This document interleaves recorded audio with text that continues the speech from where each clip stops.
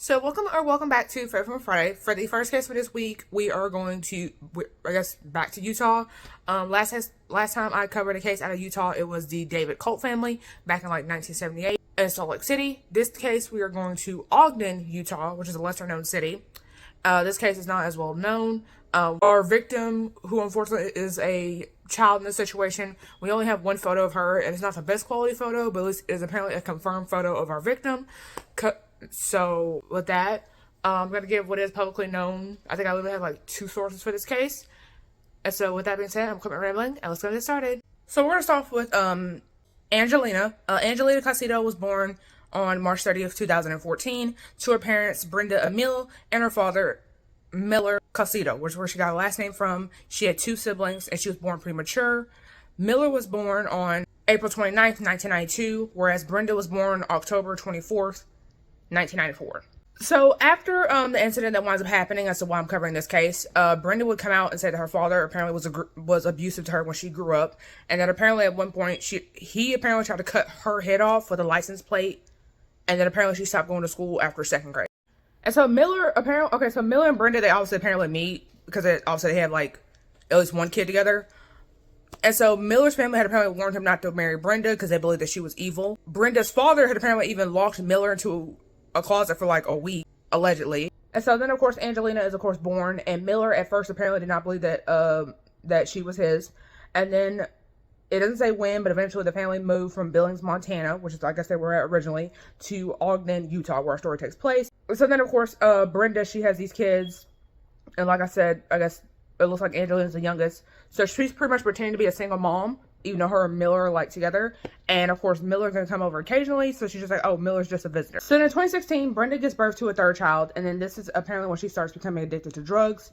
In April 2017, the family go to Disneyland, and apparently Angelina is pretty much wearing the same clothes for like 3 days straight, and she has various bruises all over her body. And it's believed that the long sleeve clothes that she's wearing, even though it is hot, because it is Florida and it's like springtime, but it's still Florida, so you know it's hot. That's pretty much to cover the bruises. And so Miller, her own father, would say that he was aware of Angelina's siblings like hitting her, but didn't remove her from the situation or even get her medical help because Brenda apparently was scared that she was gonna get her kids taken away. Then fast forward to July 6, 2017. Police get called about Angelina being unresponsive. Apparently by the time they got there, Angelina was actually already dead. They apparently removed her clothes, and they see like this huge, large like burn on her chest, and then they see like small burns on her feet and back. Sorry, her feet and legs. And so also, apparently her stomach was shrunken with all her ribs being visible. Both parents would apparently admit to putting foundation on her injuries to make them like look less severe than they was. Apparently her torso had been whipped to the point of showing bone, and there was an injury on her abdomen causing a hemorrhage. And so at the time that she was found, she weighed only 13 pounds. Keep in mind, she's obviously 3 years old, so obviously that's like severely underweight for a 3-year-old.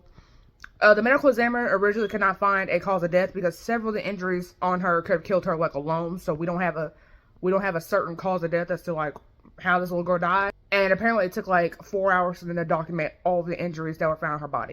So then both the parents, their phones were checked, and basically like a timeline of abuse was discovered because apparently they were like documenting the abuse that they were doing on Angelina for apparently, I guess, like some sick entertainment. They claimed that the burn injuries that Angelina had on her were from 4th of July because, keep in mind, it's July 6th, so 4th of July was like literally like a couple days ago, so that's the excuse they were trying to give. So then, the two of them apparently declared a flight risk because both of them apparently have international connections. Apparently, I think like one of them has like family members in like Romania, and so they weren't trying to risk them like fleeing the country because obviously, in a case of severe murder, that's always a possibility. Apparently, Miller had a warrant back in Montana for fraud and witness tampering in like October 2016, and both of them apparently had multiple fake names, so like aliases. So both of them are arrested on July 10th, charged with murder, held on a bond. The other kids are basically taken into Utah's DCFS, and then Angela is cremated. So Miller apparently was originally up for the death penalty, but apparently he took a plea deal in order to avoid the death penalty. He even tried to say that he had a low IQ. Brenda apparently tried to say that, look, I didn't say anything earlier. Like, I'm keeping my mouth shut about Miller because I'm getting death threats in the jail, and keep my jail calls are obviously being recorded. They even tell you that when you're on the phone.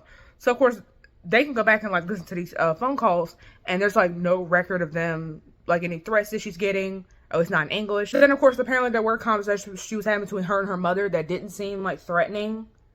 But of course, they were in Romanian, and nobody that they have just casually in Utah like really knows Romanian like that. And you'd be lucky if you. And I guess like the judge of the case wanted the calls translated to see what the context behind the conversations were. But since they were Romanian, and those people, I assume in the States, do not speak Romanian, it would not be easy to find a translator. In January 2023, apparently Angelina had a brother who apparently was 4 at the time that she was being abused. He would write a letter to the court basically saying that he felt bad about participating in the abuse, that yeah, he was getting it too, but Angelina got the worst out of all of us. So another thing that's kind of tragic about this is that apparently he hopes that they never get out, which they shouldn't, because he was scared that they were going to come back and kill him. Because, I mean, you already killed my sister, so who's to say you're not going to come back and kill me? Which is understandable. He would actually say that he, unfortunately, was the one who originally found Angelina dead, and that he actually covered her with a blanket because he thought she was still alive and just cold. Because, again, he's 4, he's a child, he's innocent, he doesn't know his sister's dead. And so then when his parents, because apparently he said something to one of the parents, doesn't specify which one, he said something to one of them, they came in, realized she was dead, and then threw away the drugs, because like I said, they were doing drugs, and then any other items they were used to torture Angelina to make some of their innocent parents who just lost their child. So then, of course, the defense would tell them, okay, give them life without parole instead of the death penalty, because Utah apparently does do the death penalty, and then, of course, both of them are sentenced to life without parole. And so, yeah, that is the case of Angela Castillo. Not a well-known case, should still be covered. If anybody has any more Utah cases, definitely let me know, because it's like only the second case that I've covered. And Utah is somewhat of a big state, so I know there's definitely more cases that I could cover. If anybody's from the state of Utah, knew anybody involved in the case, also let me know. I cover fatal females 3 times a week. Subscribe for more fatal females, and I'll see you guys in the next one. Bye. So if I play dead, will you regret everything that you did, that you said? I don't think you understand what you're doing, and my heart's black and blue.